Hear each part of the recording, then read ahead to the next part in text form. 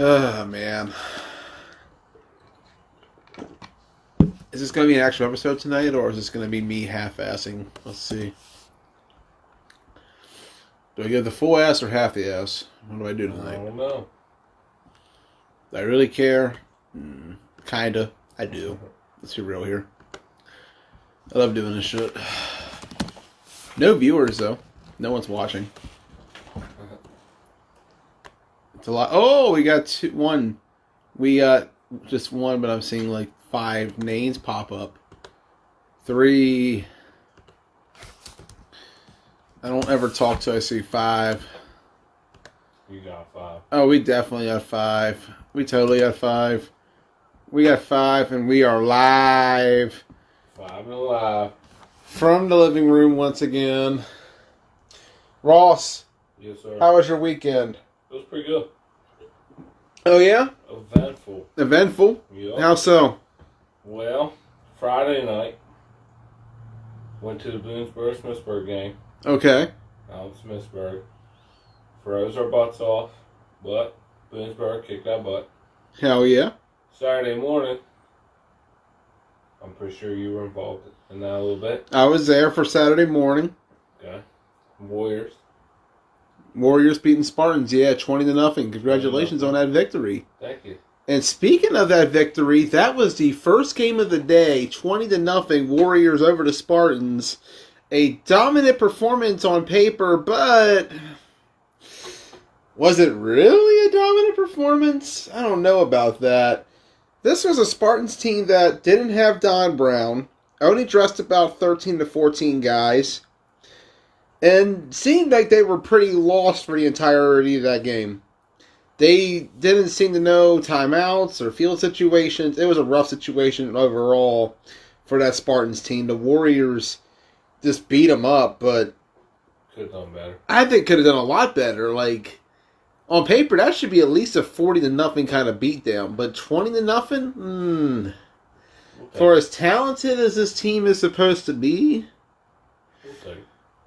you'll take it, I get it, but there's some question marks about the Warriors that I'm kind of looking at later on tonight. We'll see. We'll see. Second game of the day, it was Ruckus over the Railroaders, 27-25. This was a crazy game. Holy shit, was this a crazy game. Good one. Yeah, absolute classic. First and foremost, Ruckus. That offense has just been insane ever since TJ Williams has kicked in. And we'll see where they finish at in terms of points per game following this performance. But, hey, can we talk about how much the Railroaders' offense has improved as well? Brunswick going from sitting in nowhere land with all the offenses, with the carousel of quarterbacks. I mean, you start out with Roy Smith for the most part all those years. You shuffle through other guys in there. You finally get to Ian Fisher, and the offense shows some life. 27-25. What a fight by the Railroaders. What does it say about the Ruckus defense, though, going into playoffs? Yeah. They just gave up 25 to a B bracket team who's going to finish 2-6 on the year.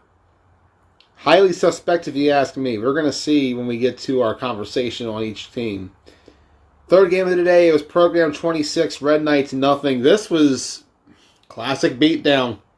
Program dominant from start to finish. Ant Smith quarterbacked the program this week. No Ricky Miller. Ricky Miller out doing duty. Instead, it's Ant Smith stepping in, and Smith did an excellent job at QB. Dominant performance all around. 26-0 was the final. And the bad news is for the Red Knights is they have to play them again this week. See how that's going to go when we get to our predictions. However, before we get there, let's talk about this final game of the day. It was Adrenaline Rush 34, Broad Axe 20. This game was absolutely one-sided in the second half. At first, it was close. Broad Axe actually was up 14-13 in the second quarter, and I thought going into halftime could have held a lead quite easily. But ADR proceeded to do what they do best. They rallied, they took over, they shut down Broad Axe in the second half. They only allowed one touchdown later in the game.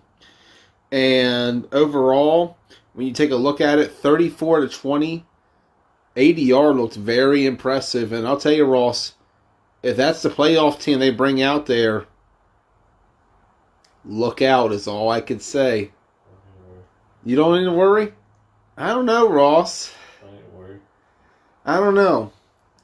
In fact, before we get to our final regular season power rankings, let's get to our final scoring rankings for the regular season. I'm going to post it right here in the group chat right now. Playoff time. Ross, when I post it, I want your thoughts too. Boom. I just sent it in there. There it is. Take a look at it in the group chat. It's a long post, so take in a little bit to read it. That is the final scoring, the offense, defense, and point differential rankings for the regular season. Updated the other day with using this week's games. Ross, what are your thoughts on it looking at it so far? I can dig it. Yeah. Looking at the list. X-Dogs, let me tell you, a dominant season overall. One of the more dominant ones we've seen. 22-9 was their final margin, plus 13, albeit one could argue that ADR game was a bit of a fluke. True. That 35-0 score is very misleading still. But that being said, the X-Dogs, even without it, still hold a lead. So shout out to the X-Dogs, props to that.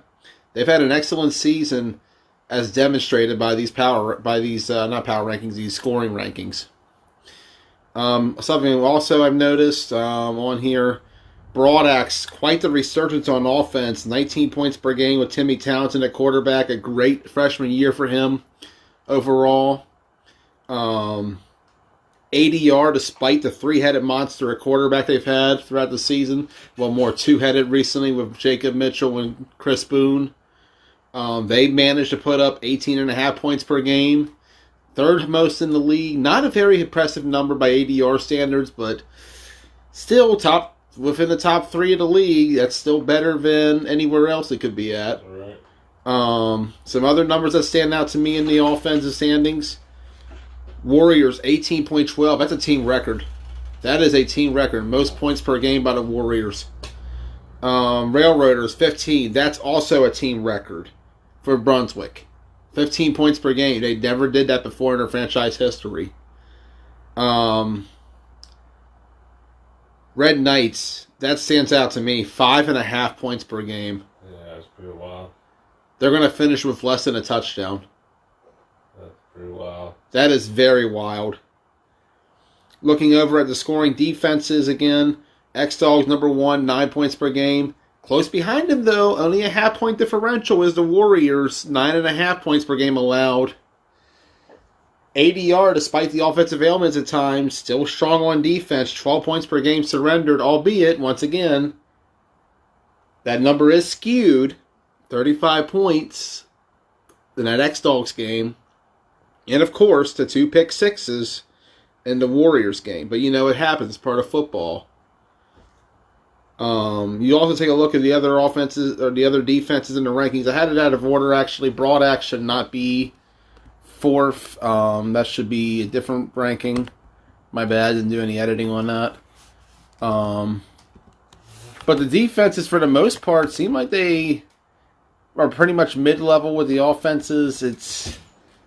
Games are about looking into more teens. We're not seeing many shootouts this season, Ross. That's the one thing I notice throughout the year is that we haven't had many shootouts. They've been more low-scoring defensive slugfests. We haven't really seen any 30 points per game matchups, albeit we saw a shootout last week with Ruckus Railroaders. We'll see how these rankings play into the playoffs going into these next couple of weeks. Right.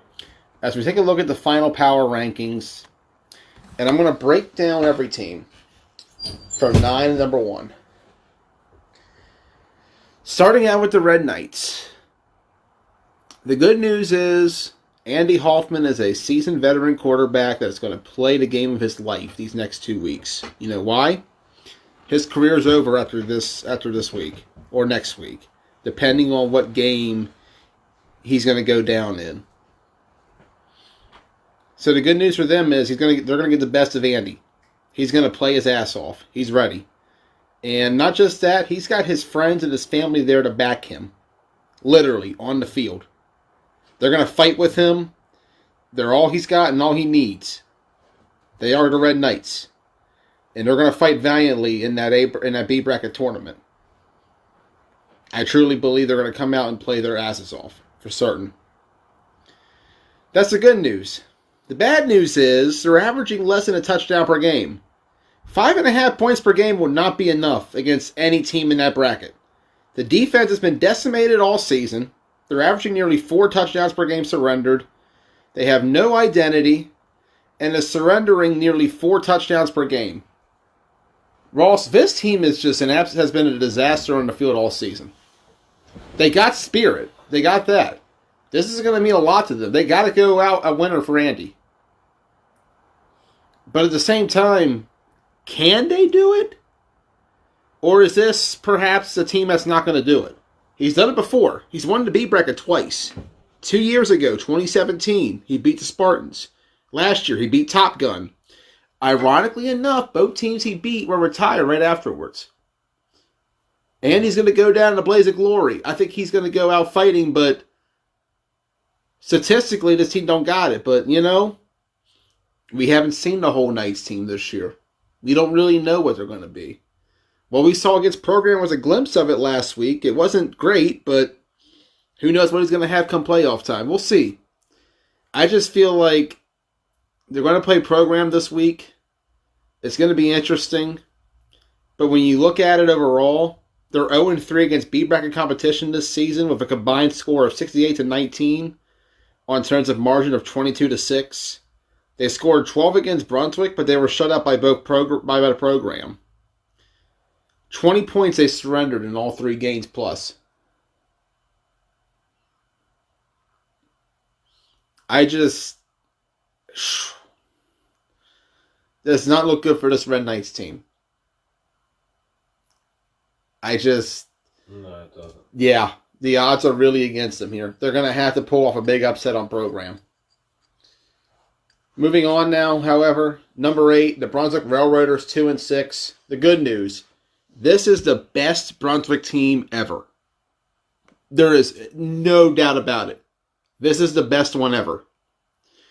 It doesn't show in the record. I know the record says 2-6.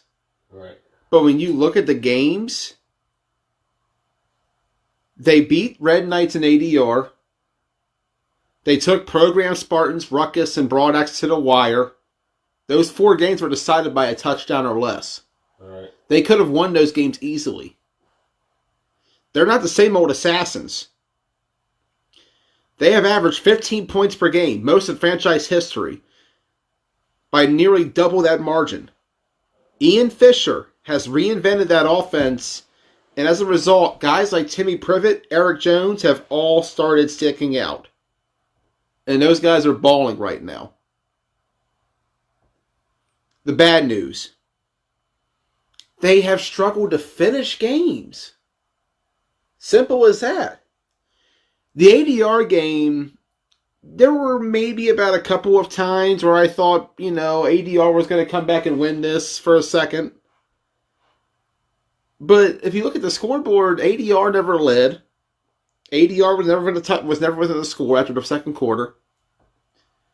That game almost qualifies as a blowout, to be honest. Right. Brunswick was never threatened. They didn't choke in the clutch because they never had a chance to choke in the clutch.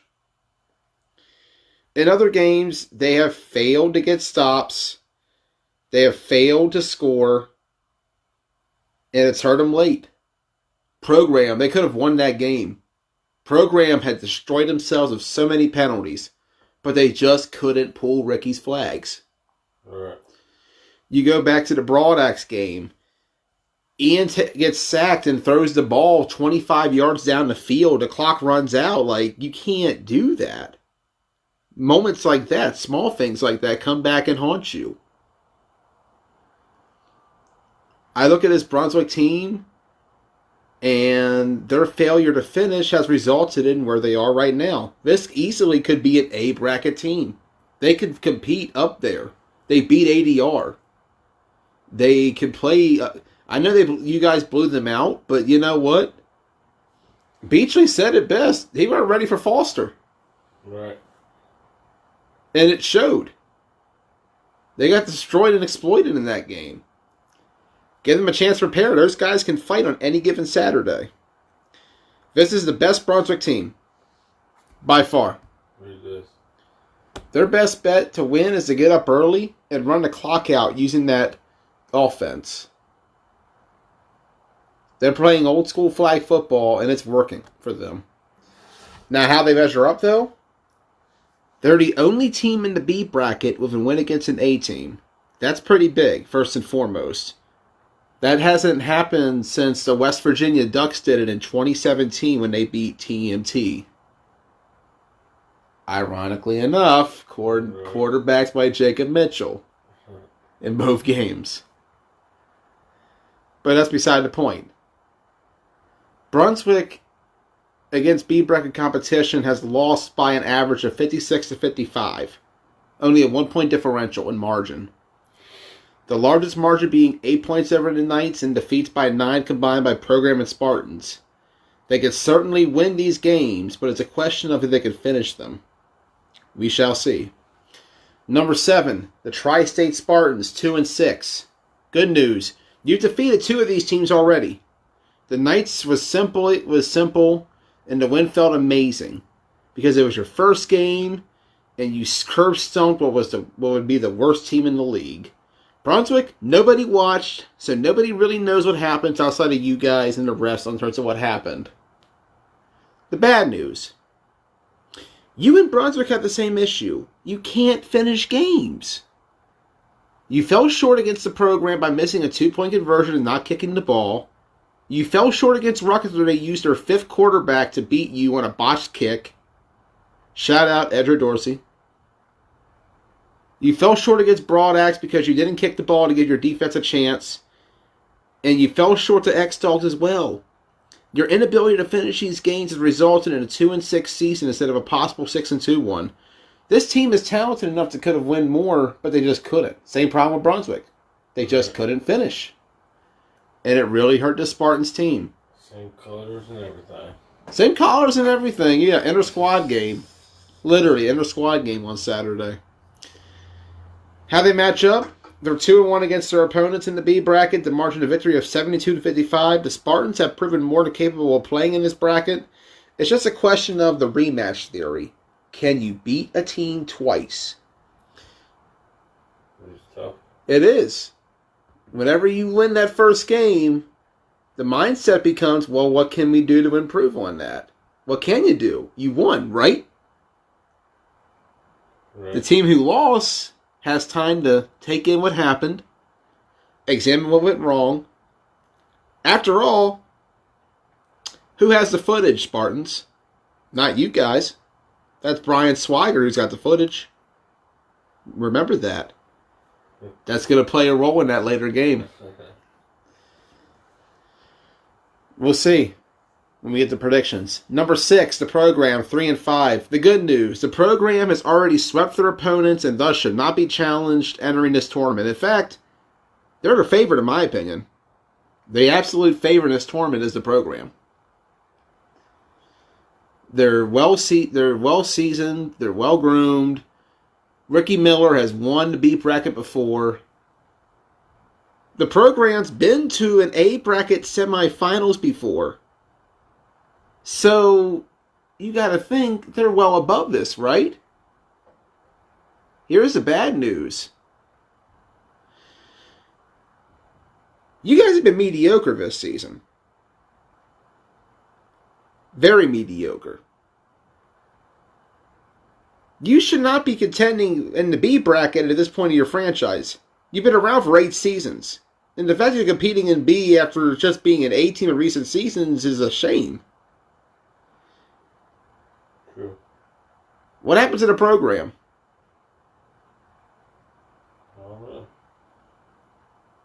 I mean, we look back at where they were in June 2018 to where they are now, and it's like, is the league better around them? Have they gone stale, or are they just not the Program anymore? Is Death Row dead? What's going wrong with the program? And the real question is, and here's the real bad news. They haven't won a postseason game since spring 2016. Shoot. Their first season. That was a 9-8 win over Rutgers in the quarterfinals of the league championship. Spring 2016 was the last time the program won a postseason game. Just saying, that's something you got to think about going to these playoffs. Yep. They haven't been able to do it. Now, Ricky Miller is different. Ricky Miller, a quarterback, might be the answer. Don't get me wrong. Ricky in November plays pretty well. Ricky in June, November, whatever you want to call it. He took Top Gun to the B Bracket Championship 3 times. 3. 1 and 2 overall. He beat the Spartans, lost to the Warriors, lost to the Red Knights. But he still did it. I think Ricky might be he could be the answer to your postseason woes. He might be the answer. Just remember, June 2016, I want to say Ian Fisher was on that team. I don't think he was quarterback for that game, because I didn't watch it. I know it happened, though. But he was on that team in that time period. That's how far back it goes to the program, winning their last postseason game. Yeah, that was wild. How they match up, though, they have the most success of the 4 teams. Their margin of victory is 58-27. Wait, the spring of 2016? Yeah. The Warriors didn't even exist. There was no Warriors yet. No Railroaders yet. No ADR yet. There was a Broad Axe, though. And they were a juggernaut during that time period. Yeah. 5-3 this year is the Broad Axe. They seem to be back in form with Timmy Townsend at quarterback. Despite his age, he has shown maturity beyond his years. The bad news is they're not the Broad Axe of old still. They're a far cry from where they were last year. They're way better. Don't get me wrong. They are amazingly better than where they were a year ago. They're better than that team was. But I'm not so sure they can win this tournament. It's going to boil down to how the Timmy Townsend handles the pressure and if the defense can get a stop. Now, how they match up? Broad Axe went 1-3 against A-bracket competition with their sole win coming against the Warriors. But sprinkled in are 2 20-point losses to Rutgers and ADR. Overall, they've been outscored 97-76. Their defense is surrendering 24 points per game in those 4 meetings while scoring 18. So Broad Axe, could they be overrated? I don't know, Ross. Hard to say. Hard to say? I mean, you can't say shit because they curb stomped you guys. Shout out Miller Lite. But at the same time, I just look at it, Ross, and I just feel like Broad Axe, I don't know. We'll see. We'll see when we talk to Tommy Boy later on. Tiff is telling me to stop it, but I'm just saying 2 20-point losses in this bracket. ADR, well, it's 14 ADR technically. Sorry, bad math. Boonesboro math coming out. Just a little sketch. Little highly suspect. Number 4, Rutgers. The good news. TJ Williams has revitalized what looked like a B team in the beginning of the league into a contender. That was a horrible sentence that I just kind of mumbled because I looked at the scripts really weirdly. The Orangemen are 3-2 since TJ arrived with a 3-game winning streak to boot. Here's the bad news. They have to beat both Broad Axe and X-Dogs in one day. 2 teams that they've only beaten twice total since 2014.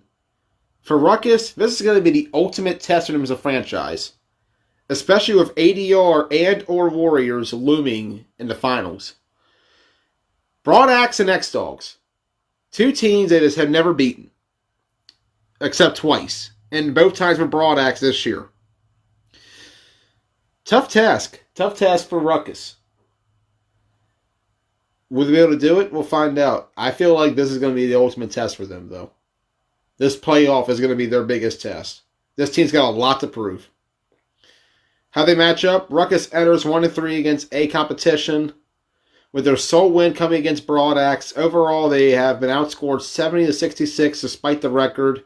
Ruckus lost close to the Dogs of Ryan Lockhart at quarterback. They rallied back to fall short against ADR and was beaten in Williams' first start by the Warriors.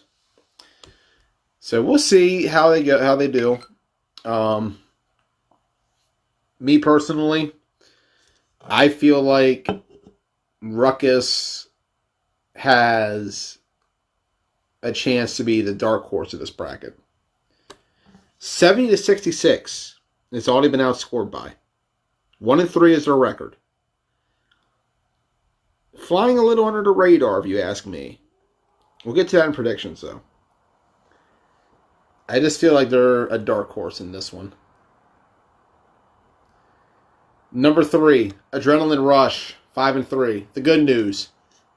Have you guys seen the movie Split? You know, that movie that came out a couple years ago. The M. Night Shyamalan movie where the guy's got the multiple personalities. Okay. So, in that movie reminds me of what ADR's been this year. A team with so many different personalities that you never know what's going to show from week to week. You had the Brandon Hyler team in week 1. You had the Jacob Mitchell team that showed up through most of the season, which had good Jacob, which showed up in program and Spartans. But then you had bad Jacob in the Railroaders game. You had a 7-man team that showed up against the X-Dogs.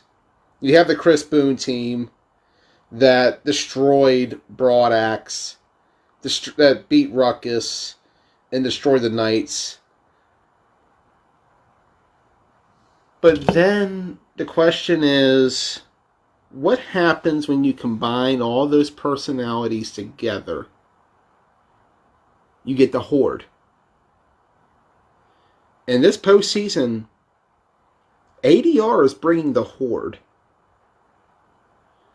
You're not going to get Jacob Mitchell at quarterback unless something happens to Boone between now and Saturday. Boone will be there. The squad will be there. I've seen so many different guys on their sideline this season, guys who have popped in and out, guys who I haven't seen in years.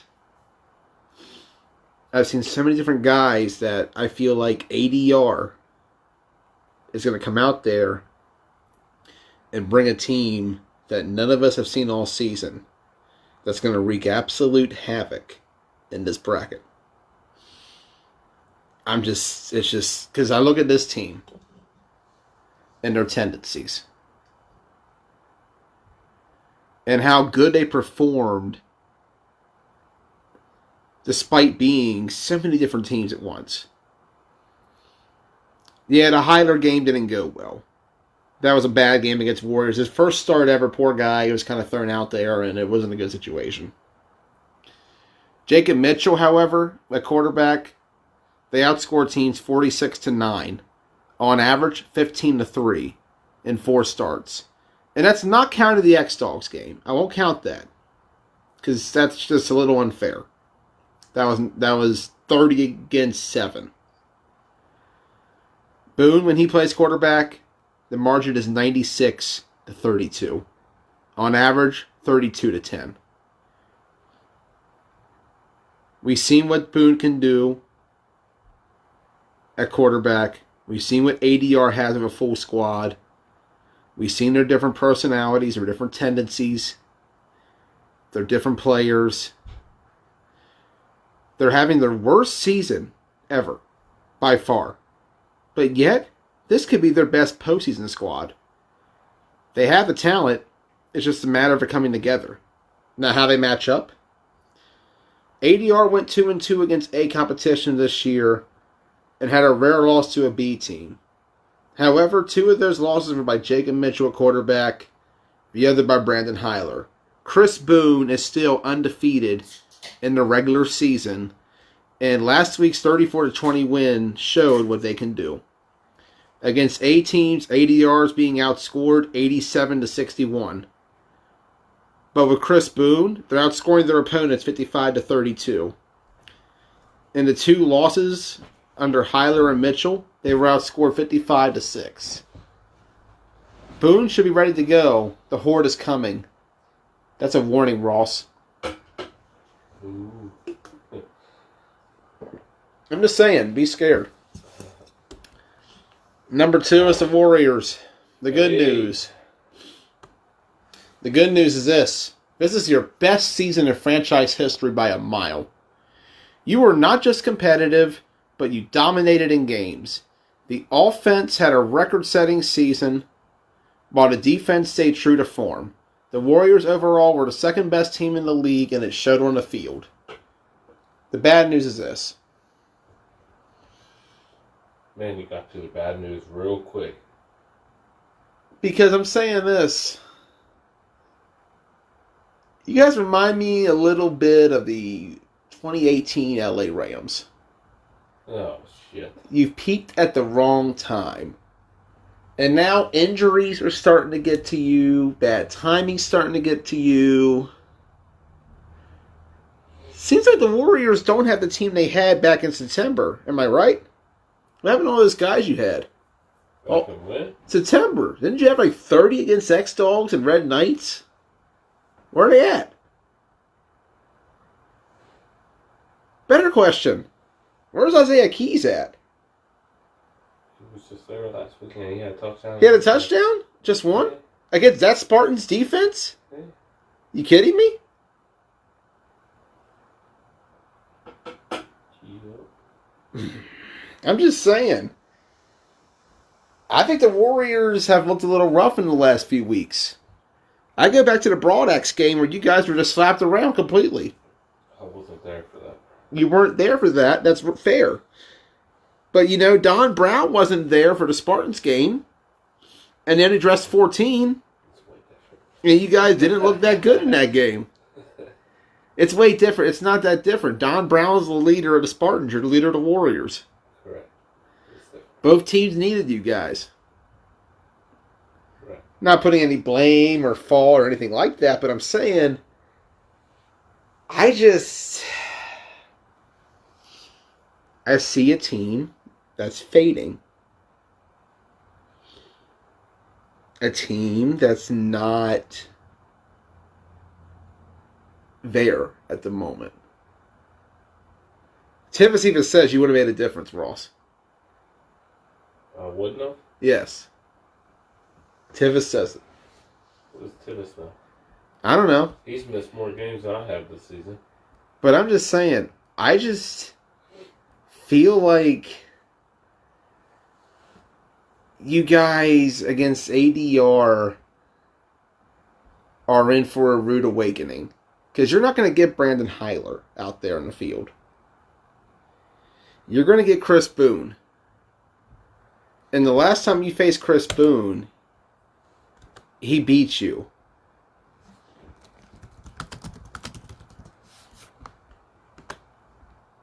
Playoffs last spring. Right. What was the score? 2013. But you don't got Justin Fox at quarterback this year. You got Alex Foster. True.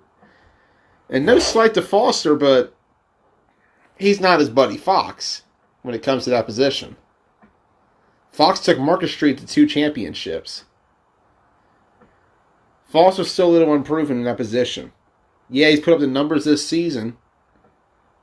But a lot of those numbers came against Ruckus and Railroaders in the same day.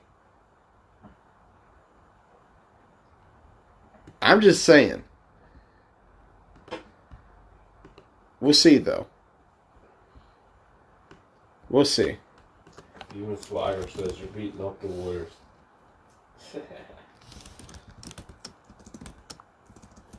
Brian says I'm beating up the Warriors.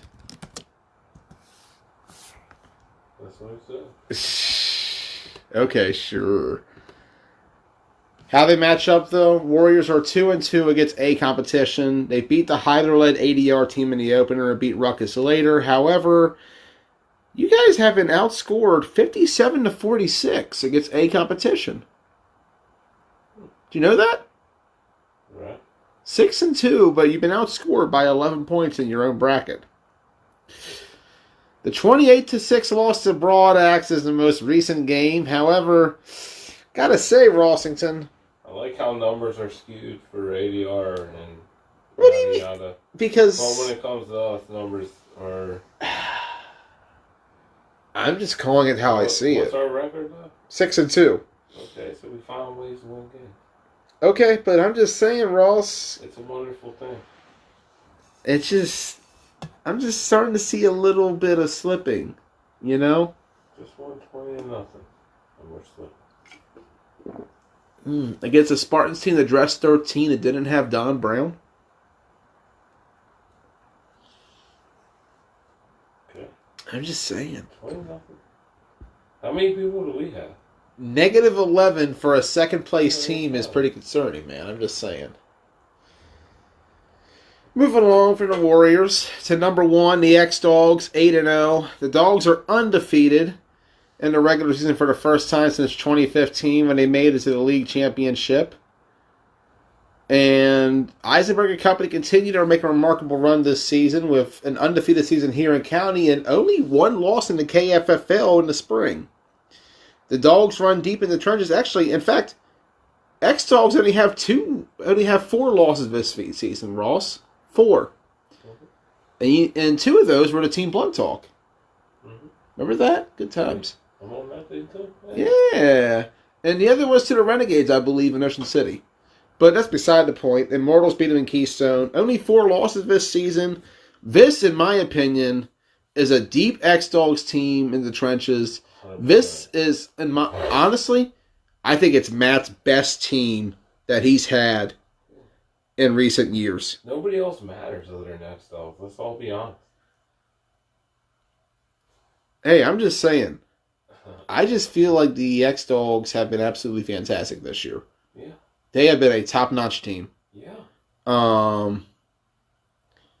They run deep in the trenches, and they just have a lot of experience that will really help them. But here's the bad news. It's not been easy.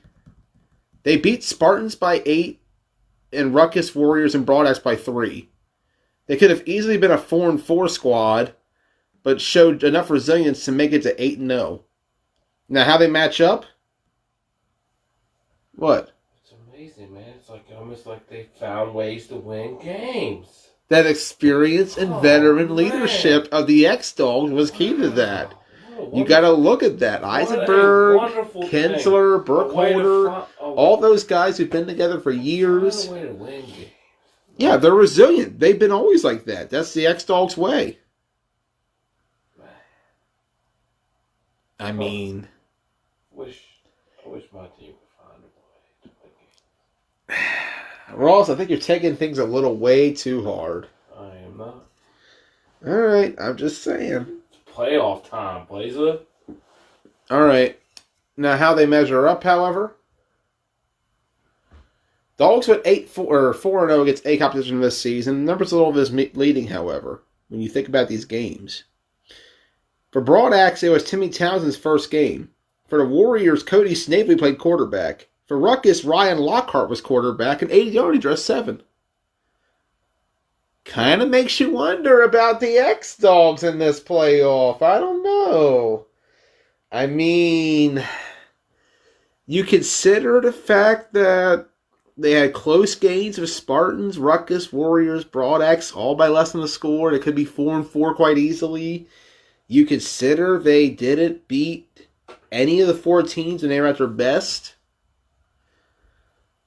Snavely's not quarterback anymore. Neither is Lockhart. ADR only had 7. Timmy Townsend's grown up a lot since that first game. Makes you wonder, are the X-Dogs overrated? Are the Warriors overrated? I don't know. This is an interesting playoff, Ross. The whole season overrated. I don't think it's that the season's overrated. I just feel like this has been great parody, a lot of fun, and truthfully, Ross, I'm just happy it's the postseason. You know what I'm saying? This is the most one-time ball. What do you think, Brian Swagger? About what, Joey? The most wonderful time of the postseason. Here we is here. Playoffs are here. Are you ready for it, Brian? I don't know why you pulled me into this conversation. I'm a B bracket team, and this wonderful time of year is not about B bracket, it's about A bracket. It is about the A bracket, but you know what? We got to give some love to the next contenders trophy because all four have something at stake here, regardless of what you may say about it. When you take a look at the four teams in it, the program, they haven't won a postseason game since 2016. Tri-State Spartans have never won it. They've 3 straight years went to the B bracket championship and lost all 3 in a row. Don Brown trying to avoid becoming the Marv Levy of the Washington County Flag Football League.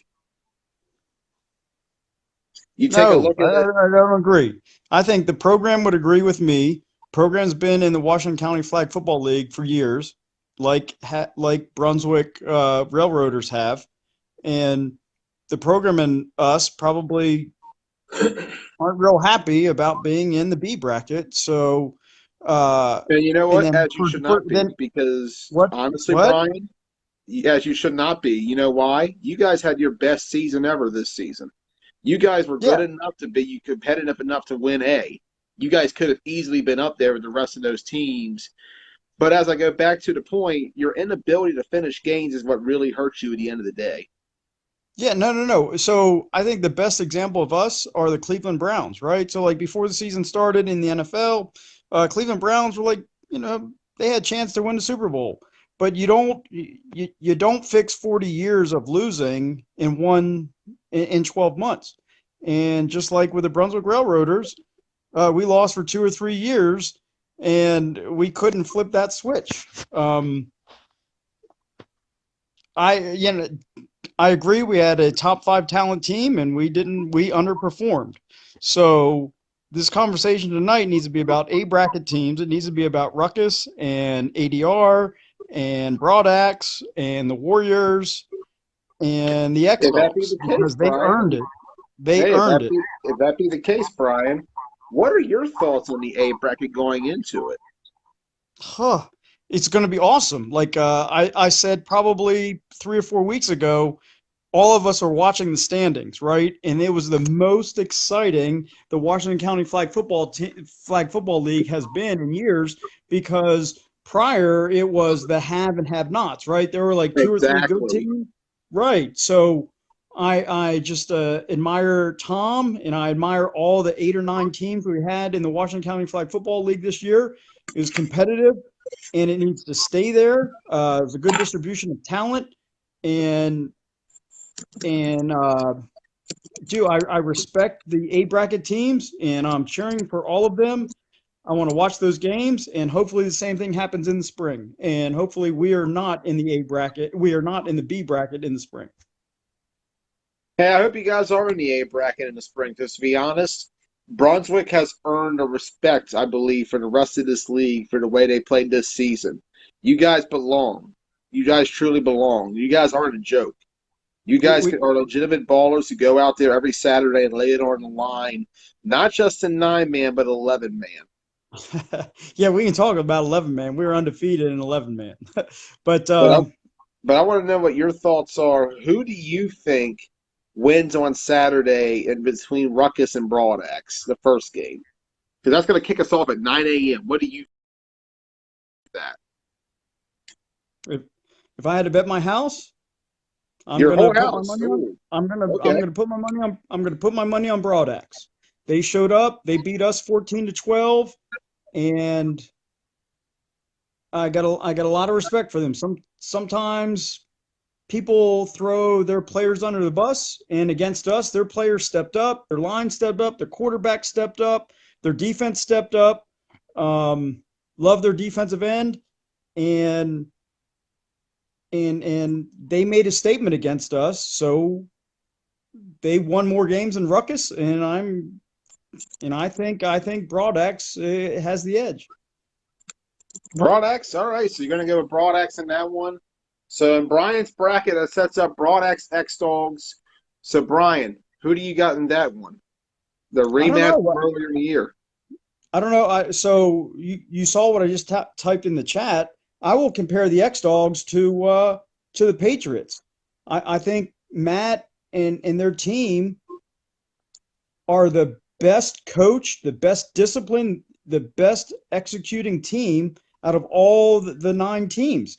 Obviously, they have, they got the big dudes, and they don't have the athleticism that other teams have, but it's like they have Julian Edelman and they get it done, and very impressive. They took it to us like 28-7 or something like that. We thought we had something for them. We thought we had the big guys, and we thought we were a little bit more athletic, we had more athletes in them, and we didn't get it done.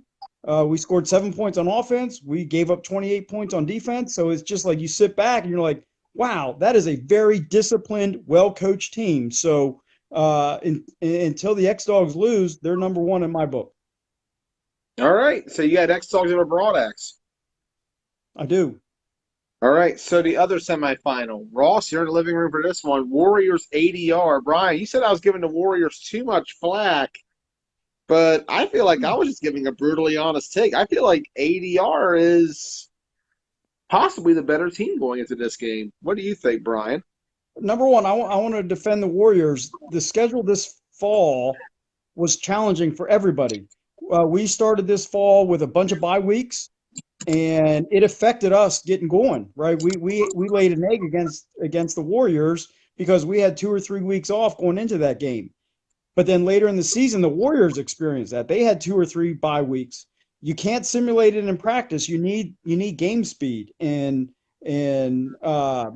I felt bad that's how the schedule lined up for the Warriors. ADR,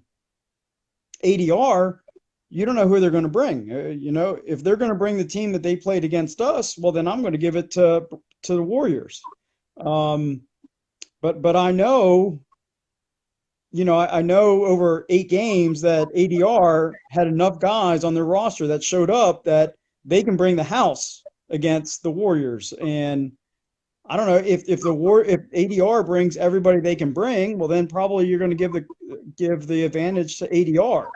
But the Warriors have now played 1 or 2 games without bye weeks. They probably got their timing back, and it's going to be a hell of a football game, and I can't wait to watch it.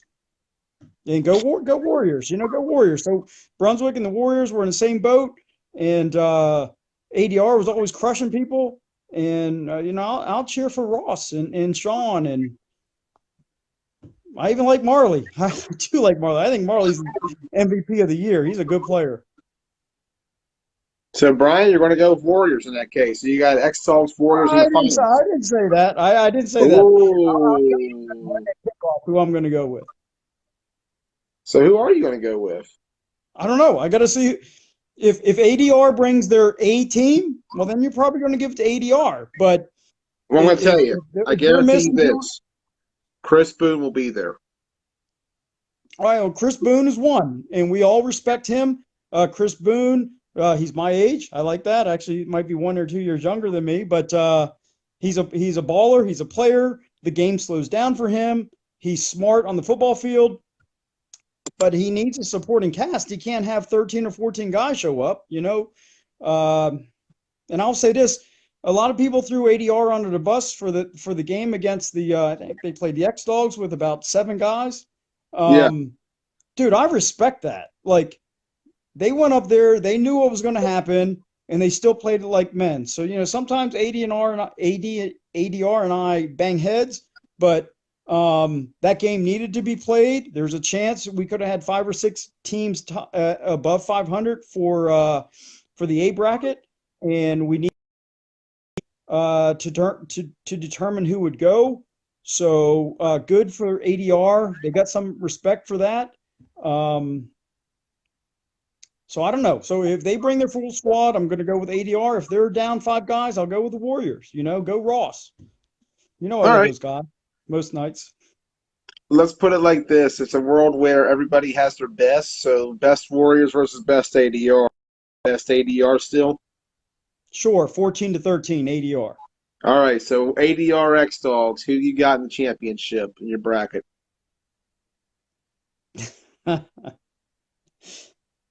If I had to bet my house, Yeah. go Dame, go Chris Boone. I think it's going to be ADR. I still love the ADR. So I Swaggo's still got love the athlete. ADR. Dude, I still love the athletes. It's flag football. This is not, if this was full contact football, it'd be the X Dogs. If they put pads on those guys, oh my God, they'd be scary as shit. But it's flag football, and ADR has athletes. A flag miss here, a flag miss there, and it's a touchdown. And uh, yeah, if I had to bet my house, I'd bet on the athletes just because it's flag football. If it's real football, I'm taking Brunswick or I'm taking X Dogs. But if it's flag football, I'm gonna go ADR. Something I would like to see one day is some kind of exhibition in 11-man between these 9-man teams, just to see how that would go. I feel Hey like Joey, Warriors, hey X Joey, Dogs, Broadaxe, Brunswick would all look real nice out there in the field.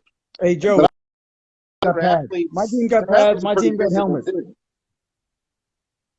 Let's If go. they, Let's play. My team's got we're loaded. Let's go. I know you're always ready, Brian. All right. Well, do you have? I know you're. How are you preparing your team for this game against Spartans? I gotta ask. Well, so I Are you watch. taking it serious, or are you just saying it's whatever? No, no. So little honestly, leading up to the A and B bracket, I wanted to be an A, and I didn't give a shit about the B bracket. And my team pulled me aside, Ian and Beachley, especially Ian. He was like, "Look, your franchise has been terrible for 3 years. You finally have a chance of winning something." And then when Ian said that, it made sense. And then I finally got it excited. Like I don't even know if I was going to show up for the B bracket. Like, is a letdown. We didn't play to expectations, but Ian was like, "Look, you gotta crawl before you walk," and he's right. So now we got a little bit excited. Eric Jones has been one of the most dynamic players in the Washington County Flag Football League this year, and we're gonna go as far as Eric Jones takes us. You know what you got with Ian. Ian's gonna be solid. He's 6'6". He can throw it 70 yards. He calls our plays. But Eric Jones is the X factor, and the more times he touches the ball, the better chance we have of scoring 7. Because Eric Jones 6, I guess.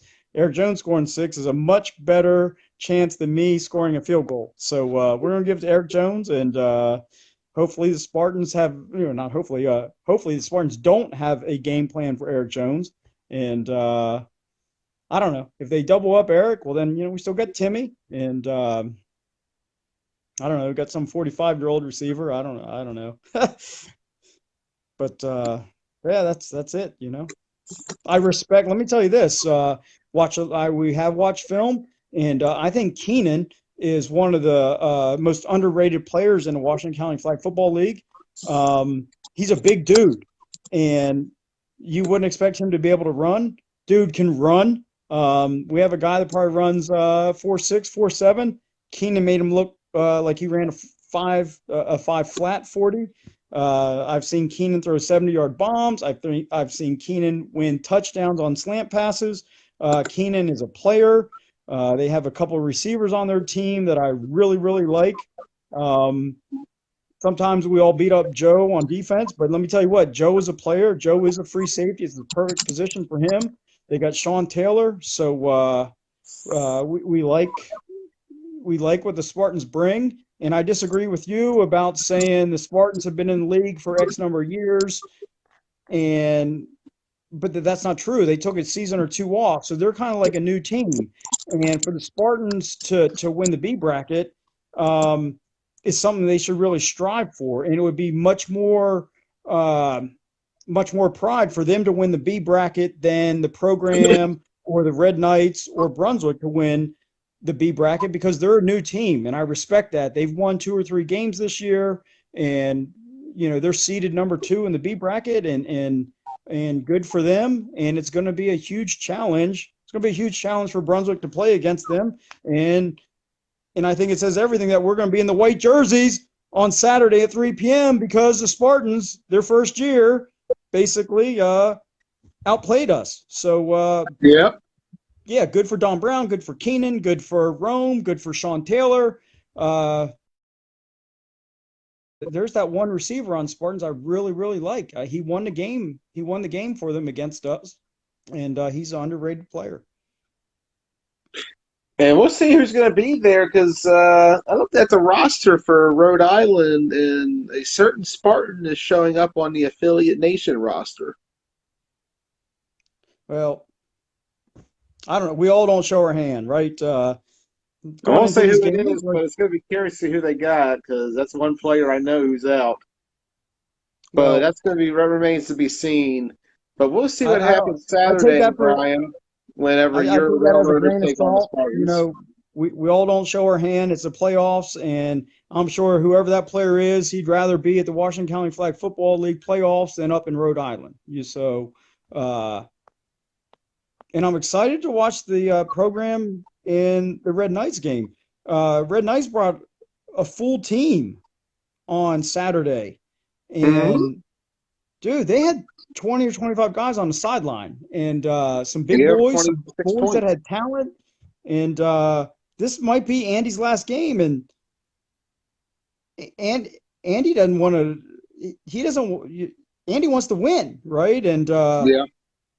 don't sell that game short. I think programs struggled a little bit. Their offense is not like the points they put up is it's not good, and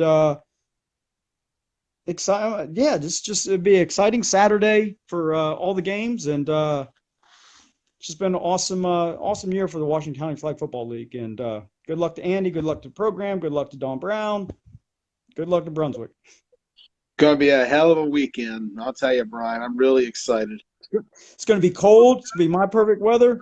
Got the beard going, and we'll be out there. We'll be sleeveless. I think it's going to be about 41 degrees, and man, now it's Oh, yeah. football weather. Yeah, it's going to be football weather. And last week, honestly, the ground froze last Friday night, and Yes. with that condensation, then when it thawed out, oh, it was slick as could be. And I don't know. Oh, Hopefully, the field conditions are a little bit better this weekend. You want to see the best of the best. You don't want a game to be decided because somebody slipped in the mud. But hey, that's football, and it's going to be cold, and we got beards going, and yeah, let's go. It's time to play. Come on. let's go. Hey, November's here. I'm ready. Are you ready, Ross? All right. Thank you for joining us, Brian. We'll see you on Saturday morning or Saturday afternoon, however, 3 p.m. Railroaders and Spartans. Thank you for joining us. All right, take care, Joey. Thanks so much for doing this. You're great. Thank you. And Brian Swagger joining us. I gotta say, Brian seems like he's pretty excited for this weekend. I just want to know though what everybody else is wondering about this weekend because November is the biggest month of the year for flag football. What do you think, Tom? What do I think about what? The most wonderful time of the year in flag football, buddy. Here we are in Playoff time, November. baby. Playoff time. You gotta love it. Exactly. Here we are finally. November 9th, playoff time. I'm excited. Ross is excited. I know you're excited, big man. What do you think about your matchup of Ruckus this weekend, however? I mean, they beat us early in the year pretty handily. So, I mean, we got our hands full. So, we got to come out to play. I like the way we played here lately. So, hopefully, we bring that same energy. Yeah, you guys actually looked pretty impressive in that early on portion of that game against ADR. It was 14-13 at one point. You guys seemed like you had some kind of control of the game, but you just couldn't get the stops defensively. And it seems like all season long, it's been the biggest Achilles heel is your defense. Going into this Ruckus game, you gave up 34 the last time. What adjustments do you plan on making this time around against Ruckus in order to shut down that high-powered offense led by TJ Williams? Well, who when we played the Warriors, I think we brought a little bit more pass rush. So obviously, I think that's what we need. If no offense to ADR, I mean they're two-time champs. They're not the two-time champs for nothing. But we were missing a pretty big ingredient of our defense in Matt Ridenhour. So having him back this week will be a big help. And like I say, I'm not going to reveal our game plan. I mean, how dumb would that be? TJ Williams probably out there sitting licking his chops, waiting to play us again. So definitely be a different look than what they saw the first time because obviously that didn't get the job done. Yeah, it was a tough matchup the first time. I bet they caught you guys off guard a little bit, kicking off everything else. They pinned you deep and back early on. Timmy had a lot of field position to make up for early, and he was shut down for the most part of that game. How has Timmy Townsend matured throughout the season that you've noticed the most, Tom? Well, like any good player, Timmy will probably tell you he didn't have his best game that day. And he put that game behind him, and he's played well the last couple of games. He's young. It's going to take him a while to feel comfortable in what play calls he wants to call, what receivers he wants to throw to, what receivers he can trust to throw to. Us as an offensive line, all we can do is give him time to throw up front. I feel like we've done that, even against some of the bigger pass rushes in the league. But he's cool and collected, man. He's a gamer. He's a lot of fun to play with, and the sky's the limit for Timmy. And the sky is definitely the limit for him. He's only 18 years old. That's a long career he can make out of flag football, especially when you consider guys like George Nunn and Kenny Dean are playing in their 50s. Timmy still can make a long career out of this and go down as one of the all-time greats. He's got a lot of early on great potential to him, and it's really shown throughout this season. A lot of flashes of greatness. Do you think he's ready to get a postseason victory, however? This next step's a big one for him. I mean, we're hungry. He's hungry. Us older guys aren't getting any younger. Yeah. But he win or lose, I'm not going to take anything away from his season. I mean, we'll be back in the spring. There's no question about that. You know, people want to say, "Oh, Broadax is washed up all the time." Like I say, win or lose, we're going to be around for a while. Timmy's young. Whether he wants to play, I mean, I think he's having fun. You'd have to ask him. I'm going to try to put the best team around him that I can for as long as Saturday. We're going to go out. We're going to have fun. It's not the end of the world if we win or lose. I mean, I think so many times you see these other teams. Heck, we lost 80-yard last week, and you can ask any guy I told in the huddle. The thing I like about our team is we didn't point fingers when we lost. That we got beat by a better team last Saturday. And, you know, as long as we go out, play our best game, and don't beat ourselves, don't finger point, and play together as a team, you know, that's a win in itself. Yeah. I'm not saying, you know, I'm not in a participation trophy kind of world either. You know, I've been around flag football long enough. It's not always about the wins and losses, about the friendships you make along the way too. But yeah, it'd be great to go out and get a one win, maybe 2 wins on Saturday, and I like our chances. Like I say, if you recall, Ruckus beat us last spring in the regular season. We came back and beat them in the playoffs. X-Dogs, we lost to them first game of the season by 1.3 points. They got a safety at the end. So 23-20, yeah. 23-20. But might as well be 1 point, yeah. We're right there with them too. So, like I say, win or lose at the end of the season, we're still in the A bracket, and we're going to be in the A bracket for a long time. And I'm glad to hear that because that's the Broadax way. It's the same tradition that's going back all the way to the Miller Lite days. That's right, baby. Great taste, less filling. So my question, Tom, is we know who you got winning the A bracket, but who do you got winning B bracket? Red all day. Red Knights. Who do you got them beating? Well, they're going to be program first.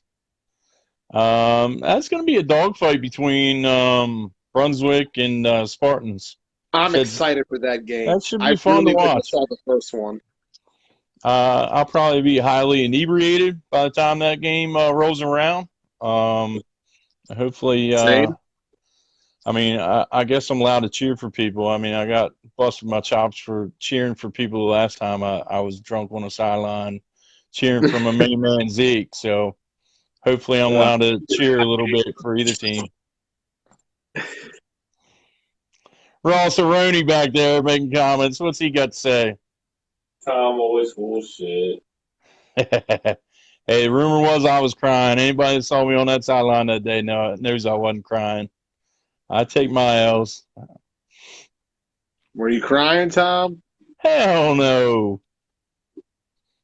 I don't know. Ross said you were crying. Hey, just because Zeke left my team doesn't mean he's not still one of my favorite players of all time to watch. So, Hey, big facts. Amazing athlete.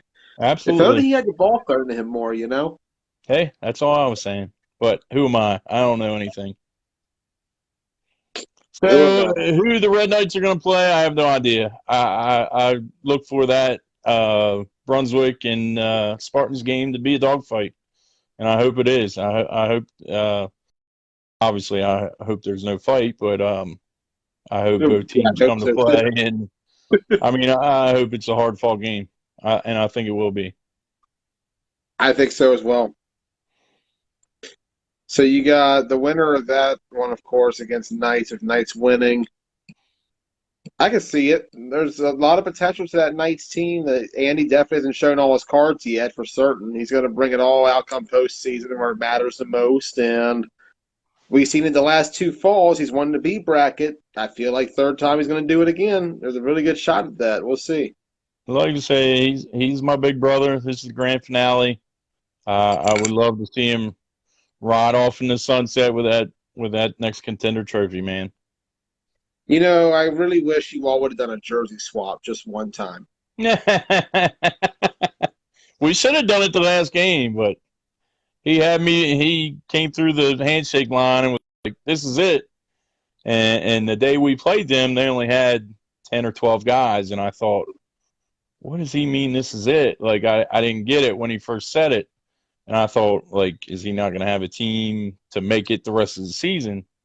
And he said, this is it. This is the last time we ever played each other. And it was like, it just hit me like a ton of bricks, man. I mean, if you ever see us play, we can be at each other's throats. But, you know, that's been a lot of games that we played each other. And that just hit me all. I mean, that hit me almost as hard as, like when we won our last championship and Gray will tell me this is it, and Josh Kelly telling me this is it, and you know other guys retiring on me, like that hit me pretty hard. But I would love to see Andy go out on a high note for sure. Yeah, I'm gonna say, you know, when I first got to this league in 2014, the Hoffman Bowl was the one game that was the most important when it came to the league in the regular season because it was always the battle between the brothers. And I always loved that about this league, that little dynamic that we had that game every season. And it was always competitive no matter what. I'm going to really miss that in these next couple of seasons as time goes on. Yep. But, you know, we'll be paying tribute to the Red Knights all year on my page and everything else. Because we got the archive up there on YouTube right now, the Red Knights archive. Check it out. Really looking forward to seeing how they finish up this season. And looking forward to seeing how you, Tom, and Broadaxe do this Saturday against Ruckus. I appreciate that. Like I say, hopefully we show up and play, man. 9 o'clock is going to be a hell of a game. I think so, too. Looking forward to it, brother. Thanks, man. Thanks for having me. On a high note, from a league note, just want to say that, you know, how long ago was that? A season or 3 ago, we started a rules committee. This is the first season, and I'm knocking on wood when I say this. This is the first season we haven't had to have a conversation in the rules committee. So props to everybody in the league. We're back at Marty Snook for the first time. For the most part, we were well behaved. Obviously we drank some beers there and a little extracurricular out there. But I mean, as a league, the park hadn't called on us. Like I say, knock on wood, we still got 2 more weeks to go.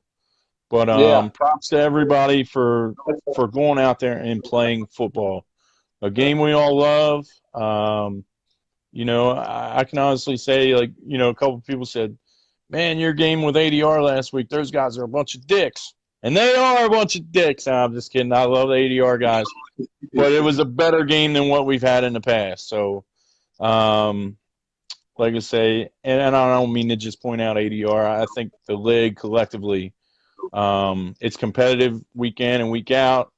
I think Brian alluded to it, who you just had on. Our B bracket teams are very close to being in an A bracket. Hell, we're a Mm-hmm. fifth seed, and we have the same record as the 3 seed. So, league from top to bottom is very tough. And even if you ask Matt Eisenberg, who's sitting pretty up there at 8-0, he's probably, I'm not saying he's scared to play anybody, but anybody he would have to play in the first round, he's going, man, it's not going to be an easy game. You know what I mean? So, like I say, props to our league for behaving. I'm proud of our league for doing that. You know, being our first season back at Marty Stoke, I just want everybody for being on their best behavior. And I'm glad we're able to do that for the league, Tom. And truthfully, we've come a long ways from where we were a couple of seasons ago, for certain. I agree. I mean, you could have put a 10 over that circus out there, and I think we've cleaned it up a lot. And by saying clean it up, is it still not fun? Everybody nitpicks all blah, blah, blah, taking away the F word, the N word. I mean, there's a place for everything, and, we're out there to play football. So, play football, have fun. It's a kid's game. Have fun with it. At the end of the day, drink some beers and go home. You know what I mean? Hell yeah. Thank you for joining us once again, Tom Hoffman. Best of luck this Saturday against Ruckus, and of course, a possible game against the X Dogs as well. Yep. Hopefully. We shall see. It wouldn't be a postseason without Broad Axe and X Dogs. They've met every single fall season in the postseason, dating as far back as 2009. Wow. That's a stat I did not know, but What a run happened cool. again this Saturday. So what's the head-to-head in that rivalry? I gotta look it up because it's hard to. I gotta Come look on, up Jay, the I thought records you were on gonna that. snap it off like that, like, oh, bro, that's is the Ooh, points for and the points against and everything else. let me. Whenever you guys play again, I'm gonna look that one up because X Dogs has records that go back to 2009 on their webpage. I bet they have it written down. They just don't want to tell you because it's probably in our favor. I don't know. Streak on you guys right now. Yeah. Don't make me bring Grable back. Oh, I'm just kidding. I gotta get my pokes in on Matt while I can. for sure, for sure. Well, thank you for joining us, Tom. We'll see you Saturday. Yes, sir, Joey. Don't forget your cup. I'll never forget my cup, Tom. Always come from my Miller Lite. There you go. All right, boys. I'll have plenty of them. Come see me. We'll be there. See you, Tom. All right. See you, Ross Rooney. See you, Joey Blaze.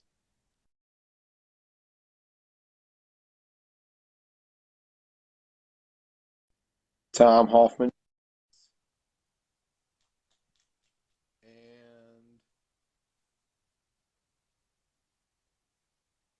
I'll tell you, I'm looking forward to having some Miller Lite on Saturday. Because I'm always down for a drink for certain with Tom and the rest of the group. Yep. I'm going to miss that about leaving this season is the fact that no more drinking on Saturdays with the guys. That's becoming a nice little pastime for me. But now that we're hitting winter, it's a little understandable. But Broad Axe certainly look like a contender going into this tournament. Tom seems pretty confident with their chances. The question is going to be, Can we see both Hoffmans come out with a trophy? That'd be wild. I mean, we saw it back in 2017 when they both did it. Yep. I definitely think it's possible. Joey frozen? Am I frozen? Hope not. I can see myself move.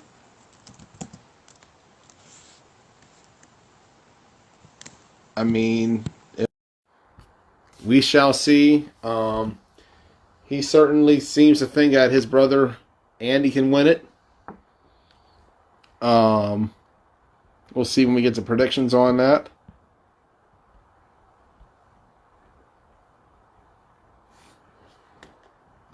Sorry about that. Spaced out for a second. Good now? Okay. I was wondering what went wrong there. Facebook Live is kind of weird. It never tells me on my end.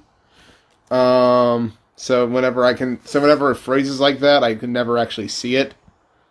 I'm just literally sitting there watching.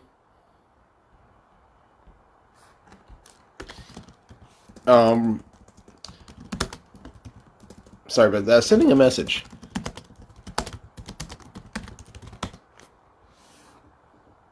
But Ross, I'll tell you. Here we are. That time of year. November's here. There's a lot to playoff time. Championships on the line. I just want to know. What's up, bud? How you doing? Can you hear me? Doing good, sir. How are you? Man, I'm doing great. I'm excited for Saturday.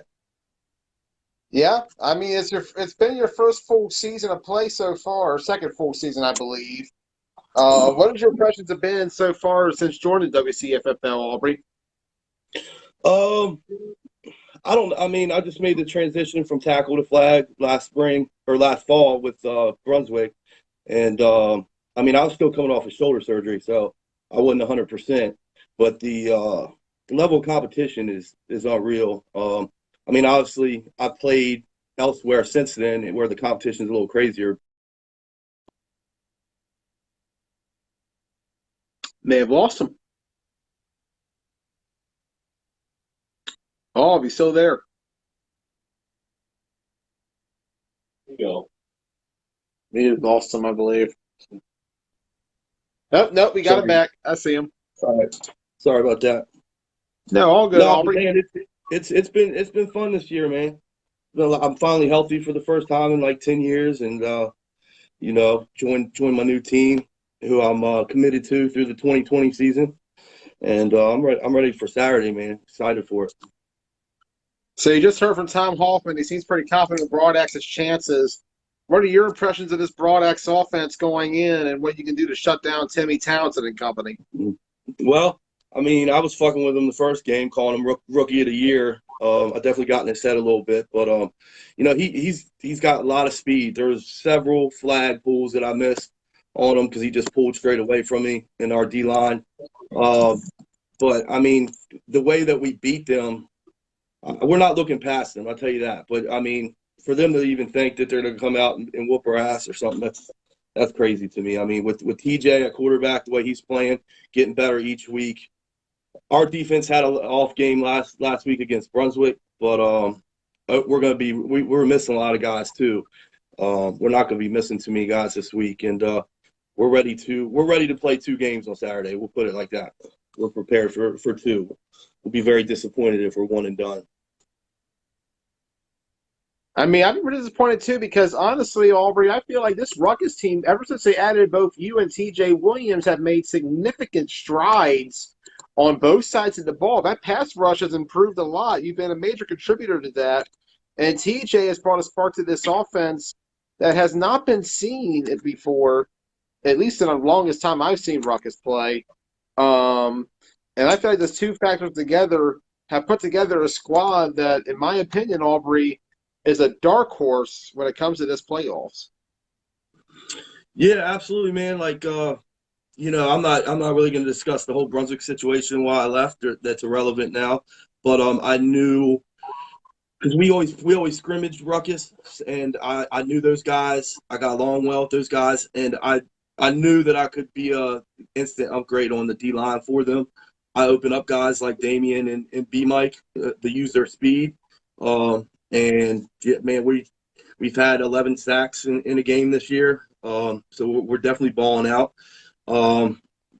If we have our secondary and linebacker guys there that are normal, then we do all right. It's we've been forcing the quarterback to throw. I mean, I was in Ricky's face against the program on 5 different passes he threw interceptions on. 2 of them were dropped. I can't help that, but 3 of them were caught. But we've been forcing quarterbacks to throw ducks all season long. So if we have our right secondary in, that we force a lot of turnovers and give TJ a lot more opportunities. But yeah, overall, TJ, that's my man, 100%. He's a little bit of a diva. That's my boy though. He can, if he's got the right mindset, he can ball out, and he's really taking this offense on his back and just done amazing things with it. And I got his back 100% no matter what, and he is a beast. And it's funny, me and him were sitting after the game against Brunswick, and Dustin looked over and just thanked both of us for coming to Ruckus. And I just had a conversation with Danny and Dustin, and told him I'm going to be with Ruckus for a long time. I'm not going to be one of them guys hopping around. I would have never left Brunswick if the situation was different. Right. Speaking of Brunswick, what do you think of their chances in the B bracket? Man, they are a fucking beast. Their offensive line is the best in the league, period. Ross was laughing at it when I posted that, but he doesn't go against O-line. So when they're all there, they have Nick, and I don't even know that other guy's name, Reese or whatever the hell his name is. Aaron Reese, the former Pitts Panther. Yeah, exactly. That's the only time. I mean, it took 3 of them, but that's the only time I've been driven backwards all season long when they were running their rhino on goal line. The next time I had to bring Danny in and bring some big bodies in, so they couldn't do that again. But I have not been driven backwards all season long. But I was against Brunswick. Their offense, it's crazy because when I was with them, their defense was solid. Their offense struggled. Now it's like switched. I was sitting there watching against the X-Dogs, and I'm not trying to put them guys down. They're all my boys, but like they were getting just torn up in the secondary, just play after play after play. I mean, they got to tighten that up if they want to make any noise. But offensively, Ian is, in pads, I say he's the best quarterback. He's definitely top 3 in flag. He manages games. Where he needed to do in the beginning of the season was he had to stop running that option, because that option doesn't work in flag, and he didn't run that option at all against us. So that really helped him, because that just slows everything down, and people were getting a lot of sacks on him beginning of the season. I noticed, because he was trying that run option, and it just flags too fast for that. So since he's adjusted that, we didn't stop him one time. The only thing we did stop was his 2-point conversions. That was the difference of the game. Yeah, and that was the big difference in the end. That helped you guys in the end get the victory on Saturday. Who do you got coming out of that bracket though, Aubrey? Winning it out of the B. I mean, I'm going to say the program. Honestly, they have gotten better throughout the season. I saw them play last week, and it seemed like they had a good turnout. I mean, it's going to be between whoever wins the Spartans in the Brunswick game in the program. But if I'm going to have to pick one, I'm going to say the program's going to win the B. Program? All right, so Auburn's got the program. Any last impressions of your A bracket opponents, whether it be Broad Axe or X-Dogs? Well, we lost to the X-Dogs 12-7 first time we played them. We had an opportunity to beat them. It was very frustrating. It was one of my first games with Ruckus. We did not have TJ yet. We played a good game against them. Our defense played really well. I fell for that fucking pump fake Matty Ice does twice. I'm not going to fall for that shit again if I get the opportunity. But I kept getting warned about it. I've never played him before, so I kept getting warned about it, and then he got me twice, like real bad. So I'm wrapping his ass up this time. I'm not even watching that pump fake. So I'll get a penalty for tackling him before I fucking get bored like that again. But I don't know. We're not looking past Broad Axe. I'm telling you, like that's what I've been telling my team. We're not, just because we blew them out the first time. Like Tom said, the last year Ruckus beat them in the regular season and lost to them in the playoffs. But I can tell you this is not the same Ruckus team, and we're not. It's from last year. We got a lot of different pieces. We got a lot more heart, and I'm not even putting that team down, but because a lot of those guys are still there, but it's not the same team. And I think we're going to beat Broadax, but I think it's going to be a lot closer this time. I know our defense felt really disrespected, and we're really pissed off about the performance we played against Brunswick. And we're coming to fucking play on Saturday. I tell you that. We're going to be ready. Our defense took it really personally, giving up 4 touchdowns against Brunswick. And I And look then the forward to X seeing how your Dogs, I would defense. say, yeah, the X No, you Dogs is who I want for sure. They got some big boys. I don't even know that one guy's name. The guy that comes Sunday and played for Team Blunt Talk, the real big guy. Brady. The defensive lineman. There you go. I don't know their names. I know he's a Yeah, cop. That's it. Brady. He's a beast. He's a beast. He's been balling out all season. I'd say he's one of the best D linemen in the league. I keep hearing about RoboCop, but I've only seen him play once or something this year. So I'm assuming he'll be there. Yeah, so I mean, I want the best X Dogs. They're going to get the best Ruckus team. So if of course we get past Broadax, we're not looking past them by any means, but we're definitely mindful of them, and I think we present a big challenge to them. They haven't been blowing teams out, and they can definitely be beat. And we're trying. I mean, we wanted the Warriors. Don't get that twisted, but that's not going to happen. It's not this year. But it's all good. We'll take what we get. Whoever gets in front of us, we'll play. We're ready to go. All right. Well, Ross, we're I'll ready see you to next see. season, buddy. It's all good. I We're love ready you, to buddy. see. You know that. Ready to see what Ruckus can do on Saturday when it comes to this playoff. Aubrey, thank you once again for joining us. Absolutely. We'll see you Saturday at 9 a.m. when Ruckus takes on Broadax. Best of luck to you, sir. Yes, sir. Bring your popcorn. I know we're going to be ready. And I'll definitely be ready to watch. It's going to be a good Absolutely. one. All right, my man. Have a great night. You too, Aubrey. Aubrey Short us on the show. Seems pretty confident in his chances going into this week's game against Broadax and against X-Dogs potentially. He has been a difference maker on the defensive line. The line play has improved for them this season since Aubrey's came along. One of the additions that took away from the Railroaders, in my opinion, in the worst way. Kind of wondering if it's effective. I know who's basically been a big factor on defense for you, Ross. That's this man. That's Cam Scheffler calling in. What's up, man? Cam, how you doing, bro? I'm just out here digging gas leaks, man. Saving the world. I'm at work right now.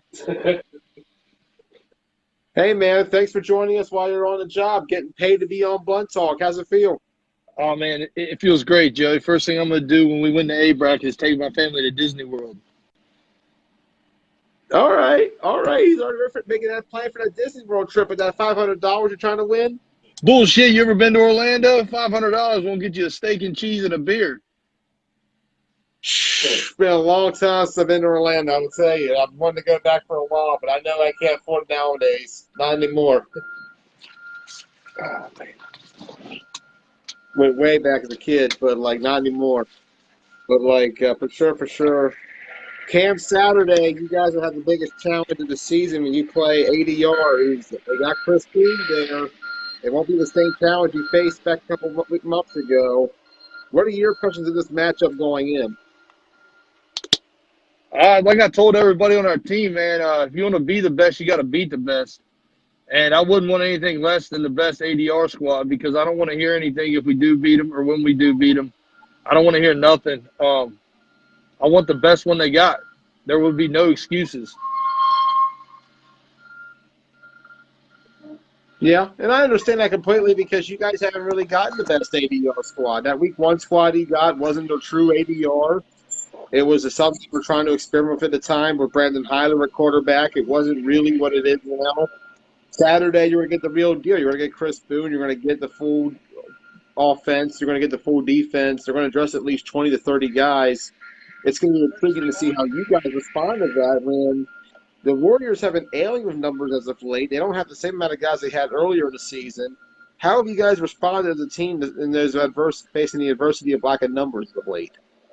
Honestly, I think it's given us an opportunity to do some things we wouldn't normally do. Give some guys some more reps and stuff like that. I missed the Broad Axe game. I had a wedding I had to go to, and last wedding I had to go to before we had a game beforehand. I got my nose busted up and a concussion, so the old lady wasn't going for it. So I had to miss that one. So I wasn't there for that. But I mean, it doesn't bother me with the numbers being down. Playoffs, everybody shows up. It's just like Sundays in tournaments. You know what I mean? Everybody brings the best. So that doesn't bother me. We know what we can do when everybody's there at the same time and together. And we started. I can remember when we started with 9 guys going both ways. And I mean, regardless of what happens, like I'm proud to be a part of the team. Be one of the original people stuck around because it's been a pretty cool transformation to go from getting our ass beat like Brunswick every week to being able to compete for the league championship.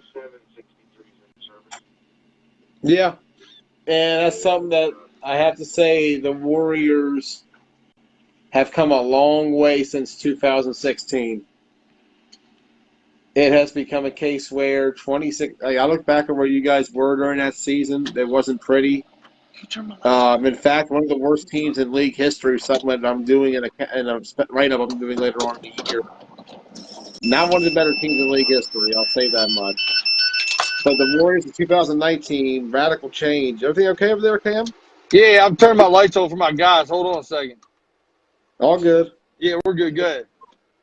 But as I was saying, the Warriors in 2019 have been the opposite. This team has been fantastic throughout the year, whether it be springtime, when you guys got to the semis against ADR, or once again, here you are back in the semis against ADR. Can you beat them this time, however? Can you finally get over that hump? Absolutely. It's gonna start up front. I think me and Moats talked the other day. We got a little something different. I think it might throw them off a little bit, but I mean, Boone's smart, man. I give all the respect to him in the world. Like he knows the game inside and out, and you got to respect him, his athletic ability. What he knows about the game. But it's gonna start up front, and I think what we've been good at all year is getting penetration on the quarterbacks and having them make the mistakes and throw the balls into our DBs' hands because our DBs have been locked down. Spence, Marley, Mercer, those guys, I mean, they capitalize on all the mistakes of the quarterback. So it's going to be on us up front to try to make Boone make those mistakes, which are few and far between. But when he makes them, we need to take advantage of it, and that's how we're going to win the game. Okay. I mean, I can see that. That pass rush of the Warriors has been one of the best qualities of it this year. If you bring that to the table along with a secondary that's improved significantly over the course of the last year, the Warriors definitely have the winning combination to beat ADR on offense. One of the few teams that's contended with ADR's deep offense in the last couple of seasons. They held it into 20 points back in the semifinal matchup, a game that was 13-13 all the way to the 4-minute mark of the quarter. So the question is, what do you take out of that game back in June for this game now in November? Man, honestly, Joey, I'm gonna be real with you. We're a different team. They're a different team. It's a different season. It is what it is. I don't really take anything out of it other than that. There's kind of like a little rivalry brewing between us because it seems like we're always faced, with each other. You know what I mean? So at the end of the day, it's a new season, a new opportunity to go out and prove that we deserve a little bit more respect than what we get. Yeah. And I feel like you guys have earned a lot of respect this year for what you've done. It's your best team in franchise history by a mile. I've admired what you guys have done this year. It has been a remarkable turnaround from where you were last fall a year ago, and especially from where the franchise started at. The Warriors are definitely a team are on the rise in this year. Yeah, they definitely are. The question is, can they finish the deal this weekend? We'll find out. I don't know. You guys are going to have to stay tuned to find out. Cam, my question. I've asked everybody else so far. Who do you got taking the B? The B bracket, my honest opinion, it depends on what Spartan team shows up. I like what they do over there. And I'm gonna be honest with you, man. Everybody talk trash on their offensive line, but they're not terrible. I mean, they do what they got to do to get Keenan time to make the plays, but his receivers got to catch the ball. If they come out and they fire on all cylinders, I think they got a good chance to take it. I think honestly, I think it's going to come down to. Man, this hurts my soul saying this, but them or Brunswick, honestly, because I can see Brunswick. They play upset a lot. You know what I mean? Like you Yeah. don't know who you're going to get. Like Swagger said, they're the Cleveland Browns. They either come out and play lights out, or they come out and shit the bed. You don't know which team they're going to get, but I think Spartans are going to come out on top out of the B bracket. Honestly, So you got Spartans, all right. So Cam's Yeah. got Spartans, and of course he's got the Warriors. We'll see how it goes this weekend, Cam, when your Warriors take on ADR. I'm excited to see how it goes down. Thank you once again for joining us, Cam. Any other words before you go? no, not really. I guess I better get off here, man. My guys are starting to backfill this hole, so I better get to work. All right, man. All right, see you. See you, Cam. Cameroon. I'm for joining us.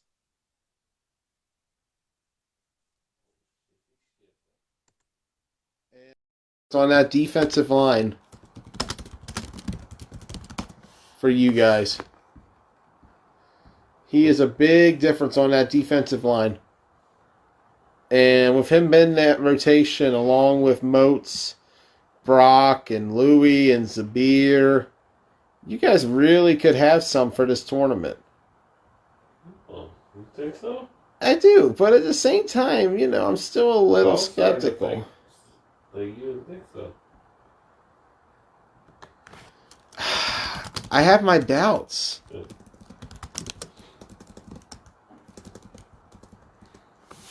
It just seems like Ross, you guys have been slipping all season. Do you want to state your case real quick and as to No. why you guys are so good? Nope. Nope. Okay, fine. You got nothing to say. I get it.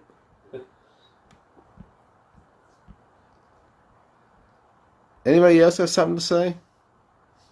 Nope. Oh, someone else has something. Well, they did. And then I couldn't call them in. Oh. See, it's funny. He asked me to call him in, and then I can't actually do it. Oh, now I can. Nope, no answer from the live video guest. If it doesn't work, we can't do it then. That means we just go straight to predictions then, right? I'll try one more time. And if not, we move on. Okay, I got no option to add you in, Rome. Sorry, bud. It won't actually let me call you in. Moving on to predictions. Here we go, Ross. Ruckus Broadaxe, who you got? Broadaxe. Broadaxe? Yeah. All right. Why do you got Broadaxe? I think somehow, some way, Broadaxe finds a way to win the game. Somehow, some way, they find a way to win the game? I think it's gonna be a really. Really good close game? Okay. So you got Broadaxe. Okay. Me personally, rematch theory stakes, this is going to be a hard game for Ruckus to win. Ruckus and Broadaxe, I'm going to go with Ruckus. I just feel like Ruckus is the more complete. A good game. I truly believe that. But I also feel like in the end, it's going to be. What? I don't know. You rethinking it? I kind of want to take one back. You want to take it back? Yeah, I'm gonna go with Ruckus.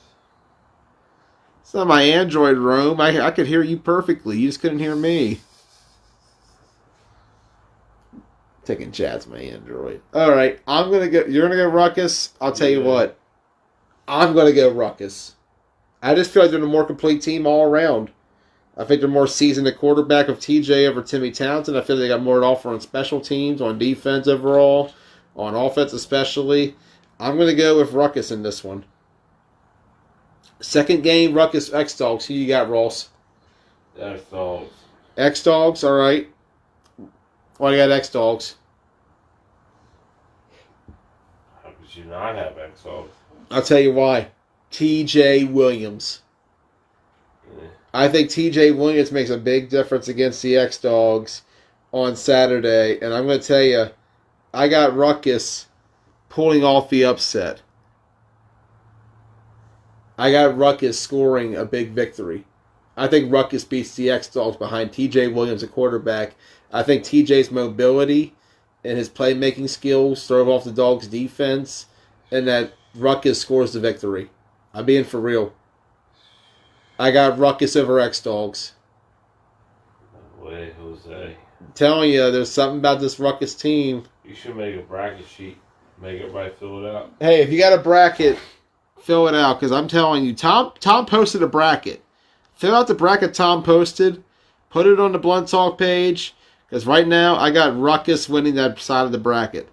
I got Ruckus over Broadaxe and X-Dogs. They beat them both in the same day. No way. I think so. I think it's that time.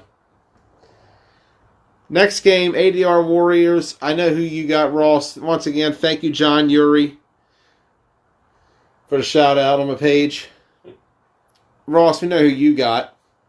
Now the question is, who do I got? I'll tell you, this will not be the same game that we saw back in September. Brandon Hyler's not coming out at quarterback. I feel like everybody is well aware of that. Okay, yeah, And if you're not, then you are well behind the game. because a lot has changed for both sides. 100%. A lot's even changed since that November game. I'm telling you, I really feel like, in my opinion, this is going to be an all-out brutal fight from start to finish. This is going to be physical. It's going to be intense.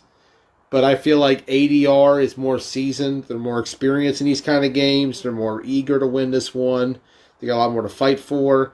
ADR beats Warriors. They head to the finals. We get ADR Ruckus. Do they have more to fight for? I feel like they do. They lost to you guys earlier in the year. A lot of people are questioning ADR. 5-3 is their record this year. Chris Boone is back. Daddy's home.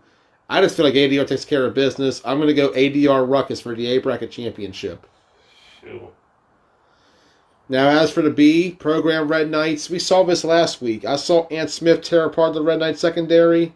I just feel like it's going to happen again with Ricky Miller this time. I'm going to go program in a 2-score victory. Andy and them have a good fight early on, but program pulls away late. Final game of the day, Railroaders Spartans. I'm going to tell you, rematch theory. I feel like the Railroaders turning around this time, and they beat the Spartans in a rematch from the last game. I'm going to go in a shootout, too. It's going to be a good one. Railroaders over the Spartans, I want to say 28-21. That's going to be a good matchup. I like that. It's going to come down to whoever has the ball last will win that game for certain. As we get ready for a November to remember.